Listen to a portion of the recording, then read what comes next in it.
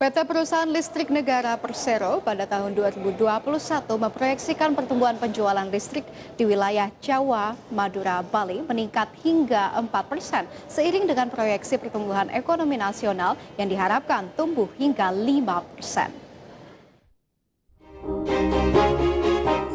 PT Perusahaan Listrik Negara memproyeksi pertumbuhan penjualan tenaga listrik di wilayah Jawa, Madura, Bali pada tahun 2021 meningkat hingga 4%.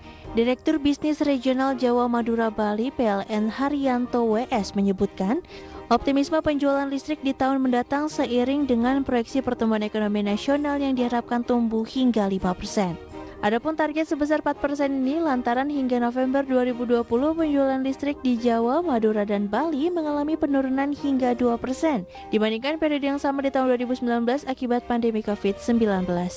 Untuk mencapai target tersebut, PLN terus meningkatkan jumlah pelanggan baru.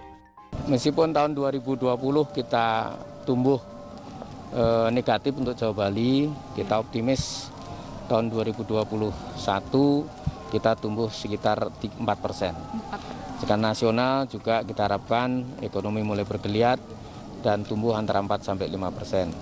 Ini dibanding dengan realisasi tahun 2020. Ya, jadi kita berharap bahwa pendapatan PLN, penjualan rekan PLN juga akan naik dan kemudian juga ini tentu saja kita harapkan kondisi ekonomi juga segera pulih kembali. Haryanto menambahkan penjualan listrik di luar Jawa, Madura, Bali mengalami peningkatan. Namun kontribusi hanya 30% dari total penjualan listrik secara nasional. Pihaknya berharap penjualan listrik di tahun mendatang meningkat seiring dengan pulihnya kegiatan ekonomi khususnya sektor pariwisata. Dari Jakarta, Ade Firmansyah, IDEX Channel.